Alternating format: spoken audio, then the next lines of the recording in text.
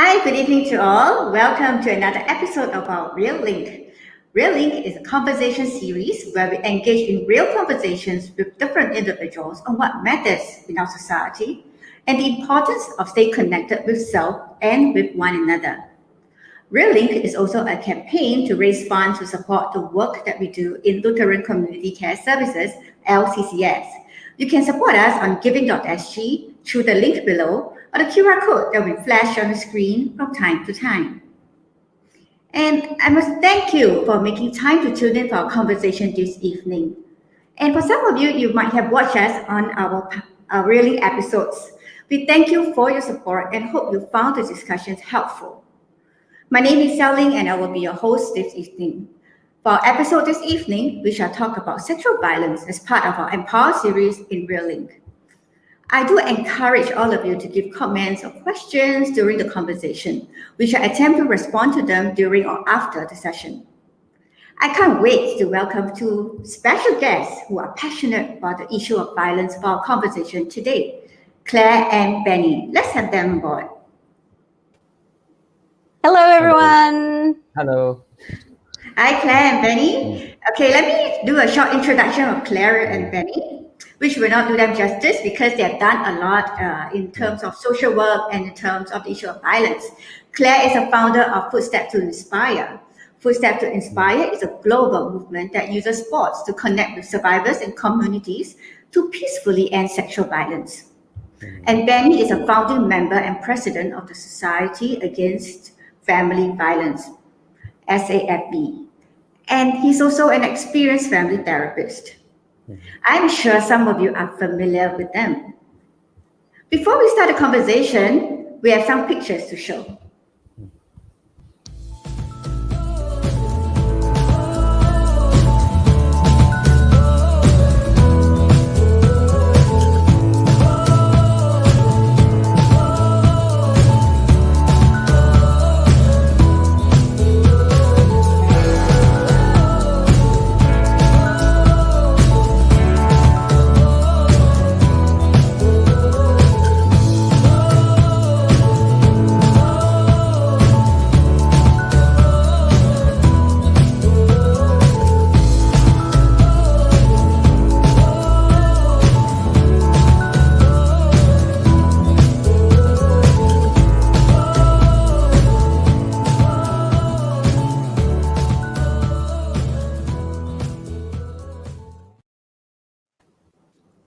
So you can see Claire is not new to Asia and definitely not new to Singapore.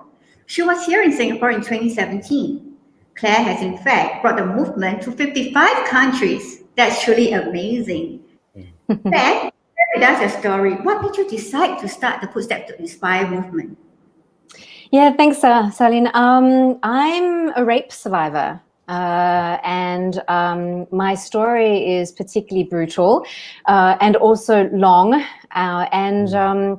Unfortunately, I was caught up in the justice process for a very long time. And at the end of that, I decided that I needed to speak out. Because the thing is, I actually wasn't a rape survivor in my country of origin or countries of origin. I come from South Africa and Australia, but it happened when I was living in Paris, France, when I was there as a student in my much younger years. Would you like me to continue a little bit more about my actual experience? Yeah, and what made you, in the end, wanting to speak up? What was your motive for speaking up? Absolutely. So let's all go back in time to 1998. That is when I embarked on an adventure and I headed off to Paris to live in France. I was 19 years old. I had a particularly kind of difficult few years in Australia and I needed to have a break. I'd been at university and so put my studies on hold, headed off to Paris and kind of fell in love with France, a real sort of coming of age story. And I decided then that I wanted to shift my studies across into and actually study in fine arts in Paris. And so I began preparing my entry into the school and I'm self-funded, so I had to pay for my own education and also my own expenses in France, which meant that I needed to work as well. So I would work in the evenings in a local bar, which was this really great place. It was just this wonderful sort of melting pot of French and foreigners, and kind of like a second home for me, really. And so everything went really well. 1998 was an amazing year. I learned to speak French because before that I didn't have a word. And then it all changed in 1999. So unfortunately, one night walking to get a taxi after work to go home, I didn't make it to the taxi. A man grabbed me on the street, and what followed was an extremely violent attack. He was armed, and his intent was to murder me, but it was also a rape. It was an attack that lasted for an hour in length. Now, having grown up, I grew up in South Africa. I'd actually also in Australia in my last year of high school had access to self-defense course. And so I tried to get away. I mean, that was I kind of responded quite differently to other victims. Often mine was to flight, was to get out, to escape, which didn't actually help me because it increased the violence of the attack. And there was a particular time during the attack that the man attempted to murder me. He strangled me until I lost consciousness.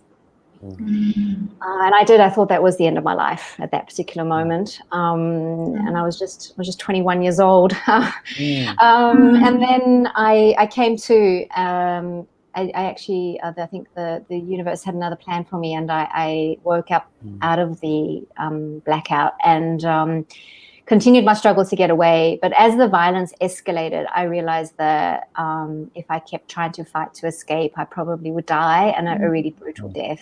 And so I changed my tactic, actually, and I began talking to my attacker. And I told him I was terminally ill and that I was going to die. And I kind of pleaded with him to let me go. And this did change the experience. It didn't stop him from raping me and to try multiple times. And but he walked away. He walked away and he left me alive. So and then came, I think, probably some of the hardest parts of that experience was as I was there, sort of laying on the streets of Paris, naked, beaten, feeling very injured. I sort of had this moment of, do I go home and pretend this never happened? Because I'd heard horror stories about how they handled rape in Paris. And then I kind of realized that I was so injured, I didn't know if my injuries were life-threatening. And so I thought, no, I have to go to hospital. And if I go to hospital, that means I need to brace and face what comes next. And that was almost a turning point for me, because I made that really difficult decision to face that difficult journey as a rape survivor. It was an ordeal. I mean, hospital, I waited for 5 hours in ER before a doctor came to see me. And it was just, repeatedly telling my story over and over again. The police came and I say interrogated me because it did feel like an interrogation in my hospital bed. They were panicking. He was a serial rapist, so he'd done it before. I found out in the exact same spot. But it, of course, escalated dramatically. And so the police were trying to sort of catch him, I guess, which, so I for me, I was like, well, I'll try and do this, cooperate the best way I can. It was hard. I mean, it was French. They didn't offer me any kind of interpreter or anything like that. No one explained to me what was going, it was just very much the unknown, and you're just sort of thrown around by the system. And then what happened was I decided to stay on. I had a lot of medical follow-up. I was exposed to a very high risk of catching HIV. So I had to go on PEP, or the prophylactics, which is the treatment. It was brand new back then.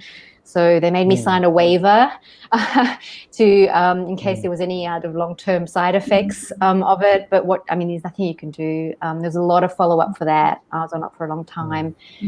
I had injuries, so that all lasted for about 3 months, the medical follow-up, and I stayed on in Paris for that time. And then I decided that I couldn't. I was terrified. Fear was a very big thing. I knew that if I stayed studying in Paris, I'd have to keep working at nighttime. And now I knew what happened in France. I started to see when I was dealing with the police that rape was a really big issue in the city. And I was very scared. And so I decided to go back to Australia and sort of restart my life. I sort of gave up a lot of my dreams in terms of study. But I don't know, when you're 21, you've almost died. There was something inside of me that sort of just clung onto that idea that I had life. And, and I sort of decided to just kind of try and forget about what had happened to me.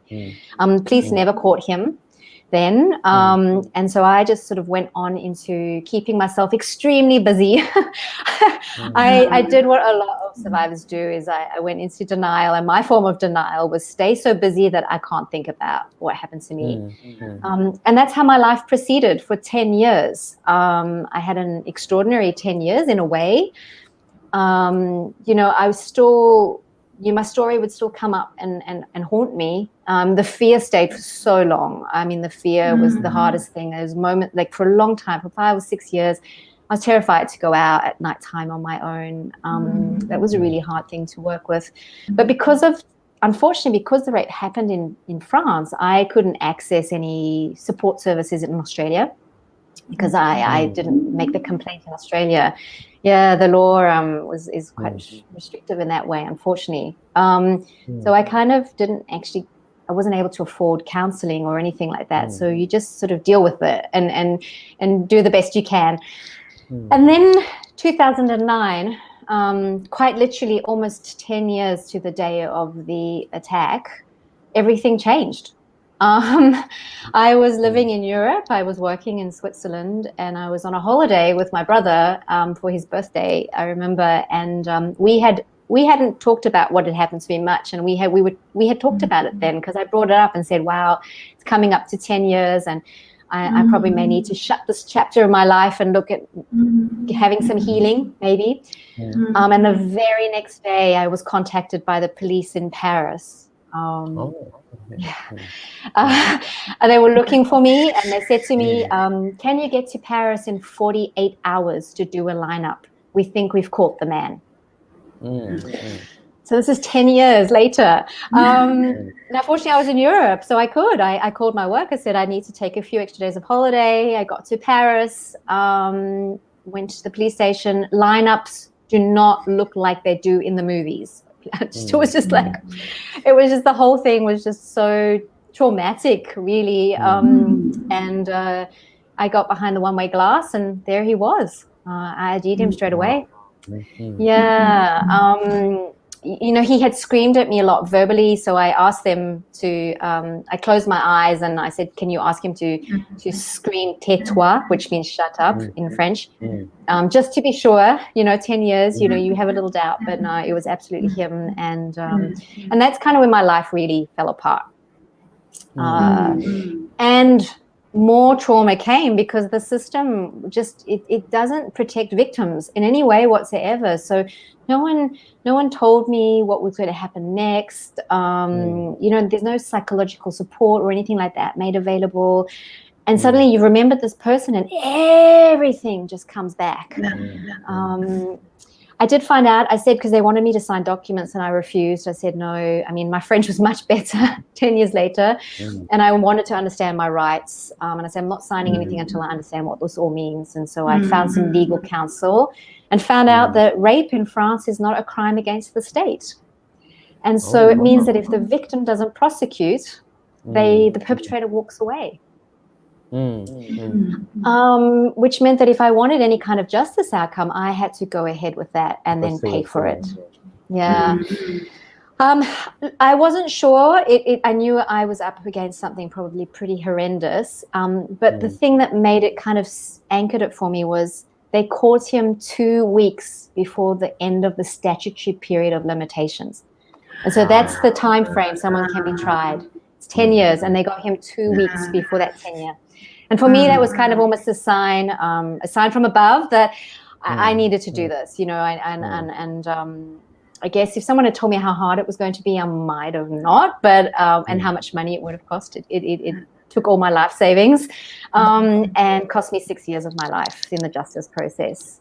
Very long, very difficult. For the first 3 years, I had to basically tell my story over and over and over again, questioned, often really interrogated, made to feel like I was the perpetrator in all of this.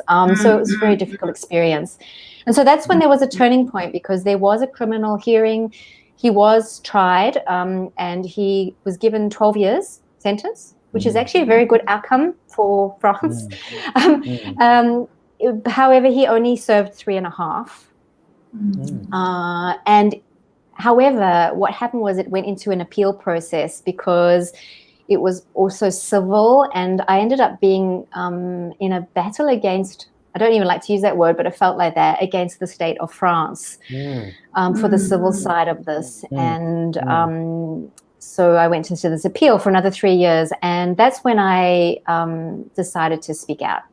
I needed some help financially, so I actually set up a small crowdfunding campaign, and I knew to do that I would have to openly share my story. And that was a very hard decision to make, because when you speak out as a survivor, you open yourself up to all sorts of the good and the bad, let's put it that way. But it was amazing. I guess the reason I spoke out, what motivated me, was that I was so surprised at how terrible it was in France, this country that I thought was quite advanced. A lot of people around the world would think it's quite advanced, yet it was such a struggle as a victim, and no protection towards me, or looking after me in any way. No kindness. I think that was really what stood out to me. And then what happened was just so profound. The minute I spoke out, this article traveled the world, and I had survivors from everywhere reach out, sharing their stories. And I had most of them, many of them actually, never telling anyone before, first time. There were women, there were men. That was a big surprise for me as well. I had children write to me. And I think what stood out to me was that everyone's story was different. Everyone's experience of sexual violence and rape was different. But the theme, or the thing that brought us together, was the after experience, how hard it was.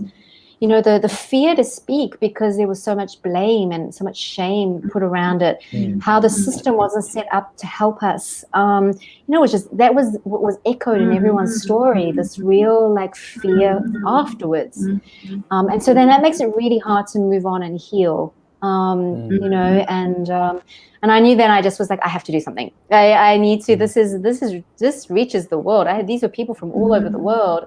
There's no stereotype when it comes to this, and it affects everyone. And I thought, well, what can I do? Because this is a issue, it's a hard issue. It's an uncomfortable topic, sexual violence. And I love sport. Running had been really, I never used to run, but I took up running during the whole justice process. It's kind of what kept me, I'd say, almost alive. I had some very dark moments, where I really hit rock bottom, and it's what kept me going. And it's also very healing. It's, you can eliminate a lot of trauma through moving your body. And so I thought, well, why don't I use sport as a way to address this issue? And then I thought, well, I need to make it big.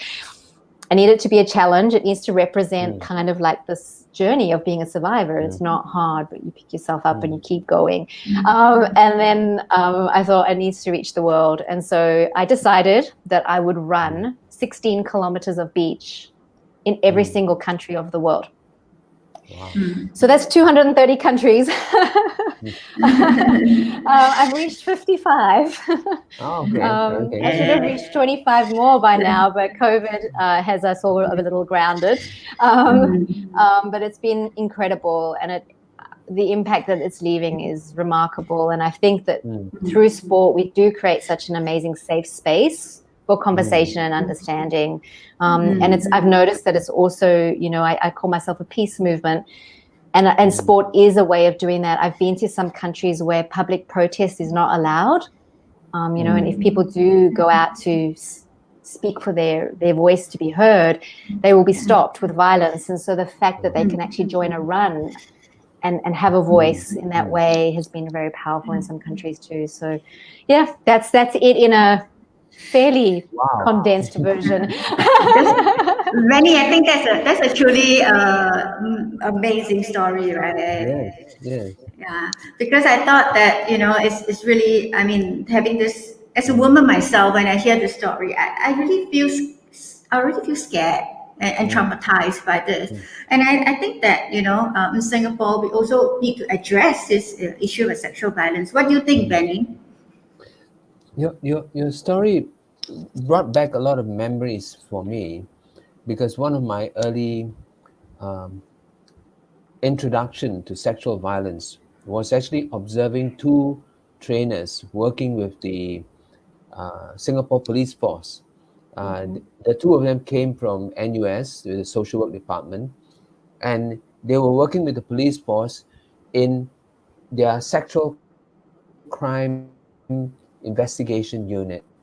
And as you said, in most instances, the concern is, has the crime been committed? To what extent is the victim a real victim? Did she bring it on to to herself? And can we prosecute? And I thought these two ladies did a fantastic piece of work, and to help the police officers understand what happens to a person who's experienced trauma of the magnitude that you have gone through, what goes on, and how best to support her. And I remember that talking about I remember that they were talking about the importance of making sure that there were police officers who were women, who were part of the investigation. In fact, the two of them produced a book which I managed to dig up in my library, Victims of Sexual Violence, a Handbook for Helpers, published in 1990. And the amazing thing is that the two professors, one has gone back to New Zealand, where she's now over there, and another has gone to the US. And so, your whole story about reaching out to the world, and even this account of how two professors coming to a little place like Singapore and putting together this training, and then now going back to wherever they came from. I mean, it's a global message. It's a global concern. And whether we are a tiny dot here or supposedly an advanced country like France, it's a global concern. Yeah. Thanks for sharing what you did. Yeah, my pleasure.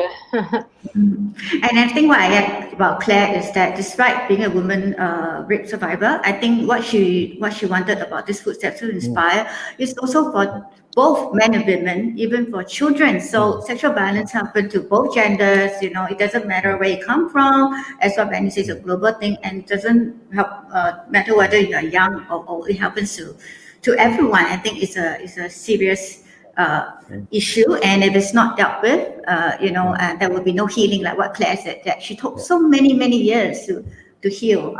I'd like to ask a question of Claire, and it has to do with healing. You took the step which we hear sometimes some victims of violence have taken, which is to say, I'm not going to remain silent. I'm going to seek for justice. I'm going to try to get what was wrong made right. That was your journey. But that's not the journey of many people. Many would have just said, I wouldn't want to report. How, and I'm wondering this, how do people experience healing after a process like this? Must it always take the form of what you have done, which is to say, no, speak up, don't lie still, don't be quiet? Must it take the form of being an activist, or are there people who quietly heal? Yeah, no, that's a really good question. And it's what I normally say a lot along the journey is that no one needs to do what I'm doing to heal. I was sort of, I guess I was almost forced into the justice process in a way, and knowing what I know now, I may have done it in a different way. I've become a very different person since he's been able to heal. And so I don't feel that, reporting isn't always the right step to take. It's very centered around the victim, and I think the victim needs to be the one that gets to choose what is important for them. They may change their mind down the track, and that's totally okay as well. I do find, though, that either if something like this has happened to someone, and I guess also I want to clarify is that I was attacked by a stranger in the street with a lot of violence. It's a very rare kind of rape. It's normally, 75% is the statistic on average that sexual violence and rape is committed by someone we know. It's someone in our home, it's someone in our intimate sphere or in our workplace or someone we've trusted. So it does make speaking out really hard. And so I find that as long as someone can know that they're safe, that there is no blame, that it wasn't their fault in any way whatsoever, because it never is their fault. Sexual violence is never your fault. And that they can find access to support services to heal, then there's no right or wrong way of doing it. Speaking about it, I do find is a really powerful way of shifting trauma. So sometimes I find when people reach out to me and tell me their stories, that's all they need is just to be heard, to be believed, and then they take the necessary steps after that. So I guess it's just knowing that you can get it out in some way rather than holding it in and holding it in based from a place of fear. I think that's the biggest thing. Yeah. Would that answer your question? Yes. It gets me to think about what's available in Singapore, and it's important for people to know that there is a group called AWARE, and they have a sexual assault clinic. And if they do reach out for help there, they will be given, you can access them through the phone, through internet, you can go and visit them. You will be supported by trained counselors, and the support even goes way right onto the doorstep of, if they wish to make a police report or go to the court, they would have someone accompanying them. And I think that's so important, that you're not alone, that there's someone, a trained volunteer who would be there to accompany them. And as I said, for quite a number of years now, the Singapore Police Force has been receiving training on how to investigate in a way that does not traumatize the victim of the experience. So a few keywords I actually hear from the conversation is about safety. You said they feel safe, and they feel a sense of control about what they can do, because from Claire's stories is that she doesn't know what's happening, and then she just had to go through the process and just hope it works, but it was a long drawn, and she in the end she gave out the pill. And another one is more of connecting, that people can share the stories and to be believed in. I think these are the three key things. And Claire, anything else, that some key ideas you think is good for the survivors of sexual violence to know? Yeah, look, I'd like to say a couple of things, and I think that's it's amazing that I know that I'm aware of. I know AWARE, and their service is really important. And it's normally what I say to someone who is a survivor, because a lot of people say to me, "What should I do if this happens?" And people who don't know, or who haven't actually gone through this, always go, "Call the police." And I wouldn't actually recommend that as a first step. If it's not an emergency, if it's an emergency and you need to go to hospital, then yes, treat it like an emergency. But you want someone advocating for you. You need someone on your side. We don't live in a world that is safe. And I don't mean safe as in safe from danger. I mean safe from judgment, safe from society blaming the victim. And so you need someone on your side. And so I often will suggest, if someone has decided to go and get support or wants to make a report, that they go through an organization first, because the organization is specialized to help them. And what they do is, which is really important, is they have an approach called a victim-centered approach. And this is critical because basically they put the victim at the center of all the decision-making, and they give the victim the choice. So they will let them know what they can do. And then you as the victim get to choose what is best for you. And I think that that's really important. I normally say to someone who has survived sexual violence in any way, take that approach for yourself as well. There is a lot of pressure from the people around us to do stuff because they believe it's the right thing to do, but they're not the one that's the victim. So you need to take that victim-centered approach for yourself and say, hey, what do I need? You know, what do I need to get some information because I don't know what I can do? You know, do I what do I really want right now? And that's how you make your decisions. And it doesn't matter what anyone else thinks. I know that's really hard to say. And I get a lot of parents that write to me saying, can you convince my child to go and seek justice, make a report? And I normally have to have a very gentle conversation to the parents to say, but it's your child's decision. They're the victim. You need to support them based on what they need right now. And so I guess that's a message for someone who has survived this, but also for our community, for parents out there listening. You know, it's really about making the victim the center, and that it was never their fault. Like, please never ever ask the question of what were you wearing, or you know, why were you drinking, or you know, because that blames them straight away.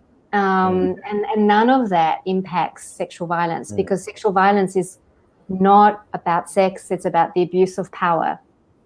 And you know, a baby wearing a nappy didn't ask for it, and neither did a woman wearing a skirt or a man wearing jeans. You know, it's just the way it is.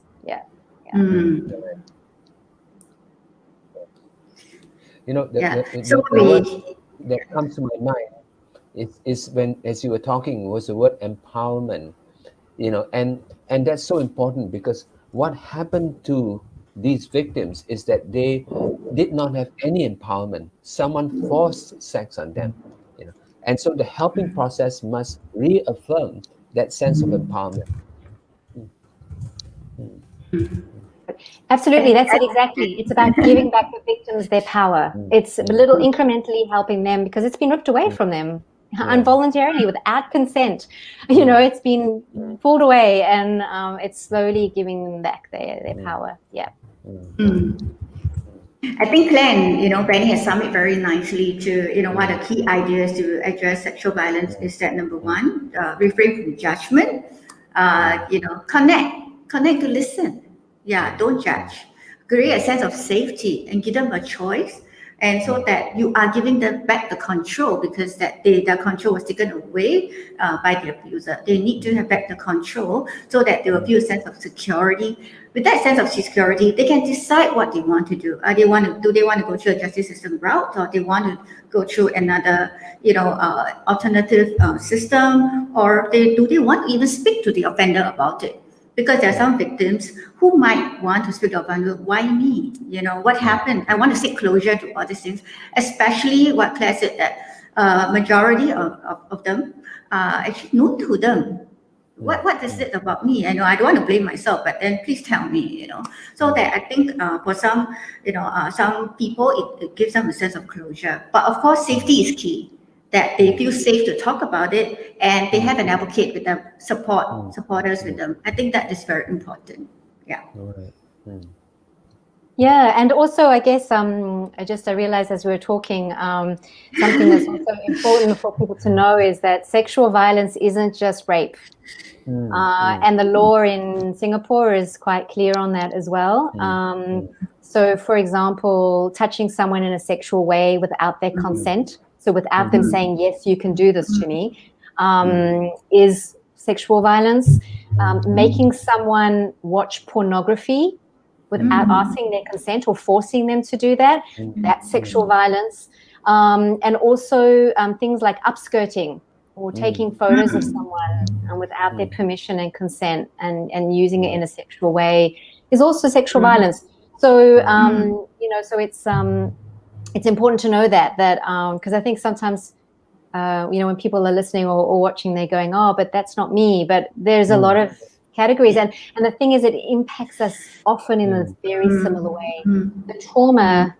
There's something about being abused sexually that is very traumatic, and it's not the same kind of trauma as someone like slapping you in the face. It's a much deeper trauma. There's been a lot of research around it, and so the response is often, it needs to be different as well. Yeah, definitely. It's an important message I think you have for Singapore, because we tend to come to a position where we think Singapore is a very safe place. There are not many of these violent crimes, but we tend to then go and turn a blind eye to all of these other forms of sexual violation that you've been talking about, and even this thing about technology facilitated sexual violence, where we're using computers, smartphones to violate other people's privacy. And that's happening in our country, where we have so much access to that. But at the same time, we tend to turn less of a critical eye on that, and to some degree, we had been also observing some recent cases where the offender was given a pretty light sentence, primarily because, well, he shows a lot of promise in the community. He's perhaps a student, and he has a bright future ahead of him. The concern is that if we go light on some of these violations, does it then send a wrong message that we don't think it's such a serious deal? It's not as bad as rape, and I worry about that, because it doesn't send that right message. But I guess the question for me when I heard about it is that does the offender knows that what he has done has created a great impact on the victim. It's not just about the sentencing for me. It's about how he thinks about his actions. Yeah, look, this is a very tricky one. I've seen a lot of, if you'd asked me 55 countries ago, I would have a much different or stronger opinion. But I have been to 55 countries now, and most regions of the world. So I've seen very different cultures at play, different societies, different governments in place. And definitely restoration is a big question that comes up. I see that a lot of people that are perpetrating are victims themselves. They have been a victim, particularly children. And I guess I need to flag that is that the child sexual abuse rates are extremely high everywhere. Singapore wouldn't be out of this statistic. And so that means, but most of them haven't reached out or accessed support or help. So that means you've got a lot of traumatized young people who have figured out a way of coping as children, but then come into society as adults and sort of still have that trauma inside of them, and a very their understanding on sexual contact, power dynamics, all of that has been destroyed. And so it's very hard to say, oh, just punish without offering, I guess, a perpetrator an opportunity to reform. It's a very tricky, it's a fine line though, because I think you do need deterrence. So you do need to have punishment and consequences for your actions, because you can't excuse anyone's actions because they know fundamentally that they've committed a crime. But yes, it's very interesting. There's actually some research that came out of the US looking at the psychology behind rapists. And they interviewed rapists that are in jail, and most of them still don't identify as a rapist, because it's the worst thing you can be, So so it's really interesting, the psychology behind it as well. But we do. So it's trying to strike a balance, and I guess that's where making the victim the center of the decision, that victim-centered approach, allows then any kind of system to find the solution. You're right, Saoline. A lot of victims say, particularly when it's family members or someone they've loved and trusted. Why did they hurt me like this? They want to understand, they want apology, and sometimes they want to be able to forgive. So yeah. So it sounds like it's a very complex, no one size fits all approach to all victims, and at the same time it's also very complex response to the perpetrator, that some education, some retribution maybe, but also not just to the perpetrator but to the whole society that's surrounding them. What does society think about this, and how are we raising young people to look, young boys, young girls, to look at each other? So we live in a very sexualized society, so it's just a matter of time before things can get out of hand if they don't realize that we need to respect one another. And you've hit the nail on the head, Benny. I think that's we can't hide from the fact that sex and sexual industry is around us everywhere. And I think that even for younger people now with the access to internet, access to pornography, they're exposed to it a lot more at a younger age. So I think denying and putting our heads in the sand about that doesn't help anyone. It's like, how do we empower our young people? And you said it there, respect. It's learning about respect for yourself. I think that's key. Like, a lot of young people will make different decisions if they respect themselves first. And then how do you respect the other person? I mean, separating girls and boys won't solve the problem. It's just how do we learn to respect each other, and listen to each other. And when someone says no, that's what it means. No, don't force them.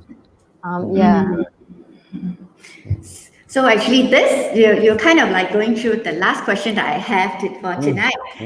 Saying that what about because Benny mentioned about society, right?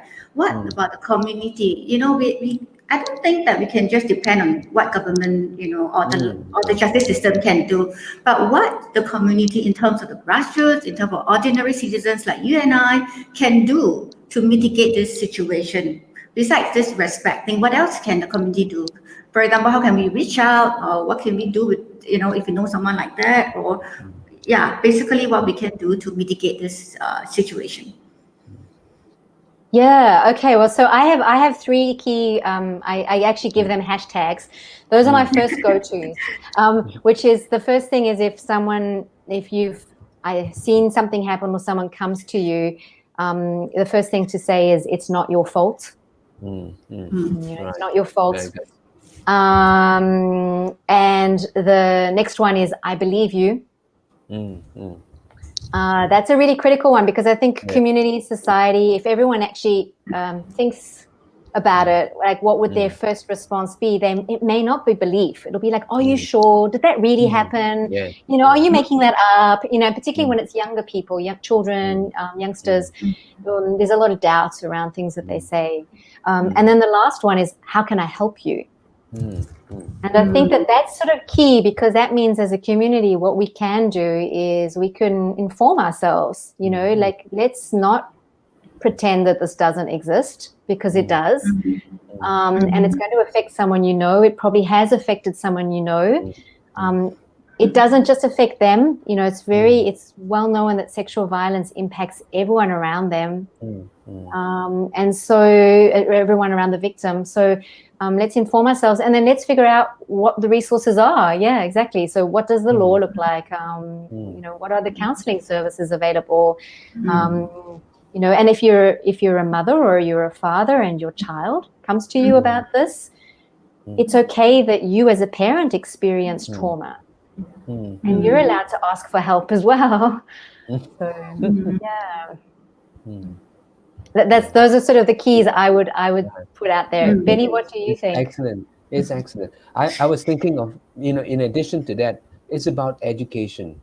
It's about helping our young people to know that it's okay to ask certain questions. It's okay to talk about it because, they would be curious about sex. They'll be curious about each other. But as a way of having a relationship with another person who is different from you based on respect. And I think if we can start with that would be wonderful. I like what you said about traumatize the parents, because if we encourage the young people to go back home and ask their parents those same questions, then it will make it a conversation in the home. It shouldn't just be a conversation in schools and leaving the parents out of it. It should be a conversation at home. And maybe as the conversation happens at home, a child may be asking the father or the mother, then why are you watching this kind of television shows? Why are you watching the computer? What are these images that you have on your screen? And hey, this is going to be a real big change. Yeah, you're so right. That's absolutely it. And as you said, if they take the conversations home, that will build a lot of trust. I think it could really help with parent-child relationship as well, if it's possible. And then also, I think for young people to know if their home is a safe place to have that conversation. Yeah, right. No, but you're right. It's key. That's a really, really valuable piece of advice. Yeah. So what you're saying about relationships with your parents or relationships with people in your family is key, because if anything happens, it's still your secure base that you can run to. Yeah. And you have strong relationship, and based on respect, this is what you model in your own interpersonal relationship as well. I think this is what all of us needs to strive to do that. Yeah. Okay, thank you both for sharing. Actually, a local survey in 2015 reported that 1 in 3 young people in Singapore have faced some form of sexual violence, and close to half of them informed that they knew a victim of sexual violence. Yeah, close to half of the respondents informed they knew a victim of sexual violence. But only 6% of the victims sought help. That's what you all had mentioned, because of shame, they disbelief, and self-blame. Yeah, and for those people who knew that that they have a victim in their midst, only 1 in 8 of them offered help.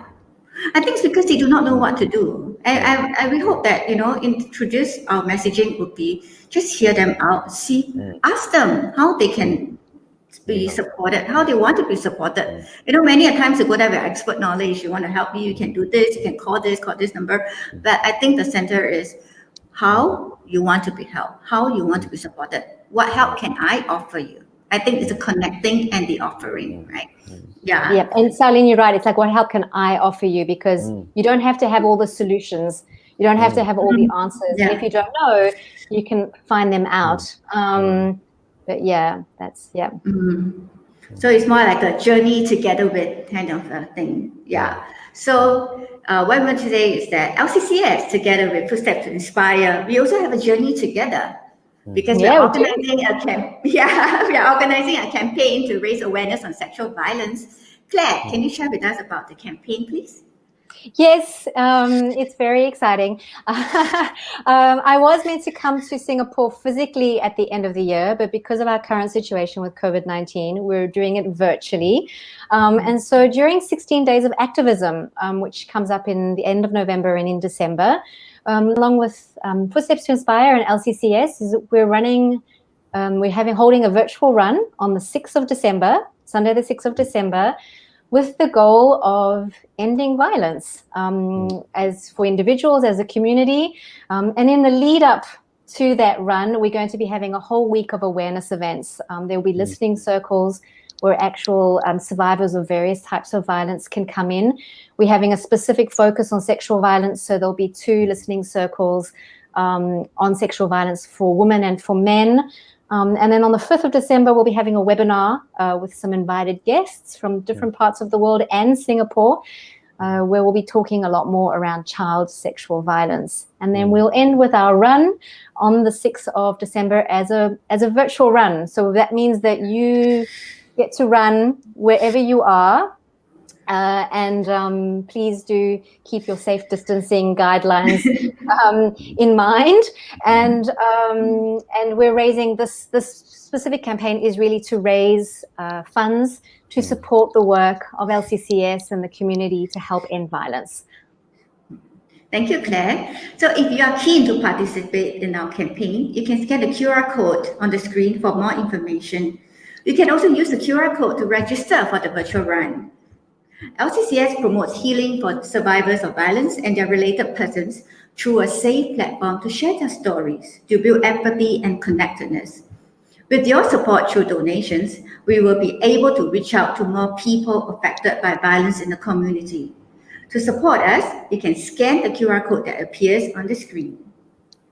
If you make a donation of $50 or more, you will receive a LCCS Food Trail coupon to enjoy discounts from 10 participating restaurants and cafes shown here. We can't express our gratitude enough to these restaurants and cafes for their support in our REALink campaign. We hope that during this trying period, all of us will also consider supporting these local businesses.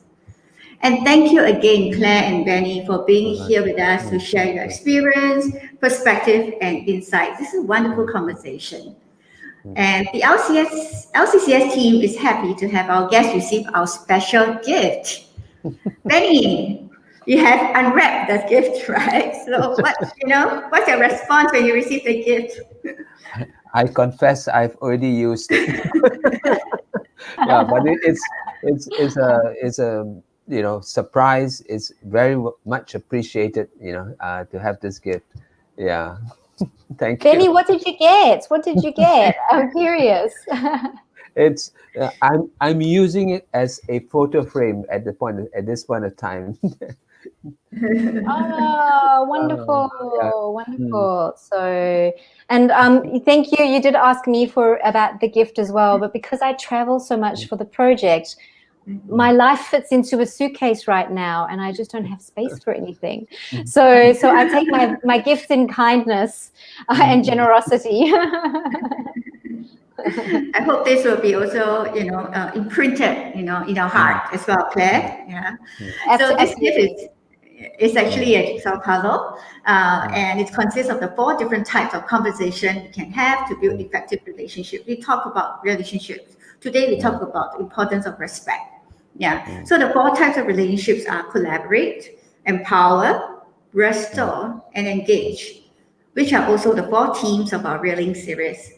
So this puzzle symbolizes the importance of connecting with each other, like how the puzzle pieces can connect to form a complete picture. We also want to encourage you and everyone else to have meaningful conversation to add onto each other's lives. I mean, Benny has already suggested, perhaps you want to talk about your personal sexuality issues with your parents. Or parents might want to start educating the kids about, about boundaries, personal boundaries, about giving permission and consent, about just being loved. That you can come back to us when there's anything that happens. We are your secure base. Yeah. Again, thank you for being with me in this evening for this episode of our REALink. If you would like to watch the replay of this episode, you can catch it on our YouTube channel or Facebook page. Stay tuned for our upcoming session on 10 October, that's this coming Saturday at 2 o'clock. Our next guest is Bishop Terry Key. He is a Vice President of the National Council of Churches and Council member of the Interreligious Organization, IRO. Bishop Key will share his experience collaborating with other religious communities to safeguard our religious harmony in this time of growing divisions around the world. Again, thank you very much for your time and have a good Wednesday night. Bye-bye. Okay, Thank you bye-bye. so much. Bye-bye.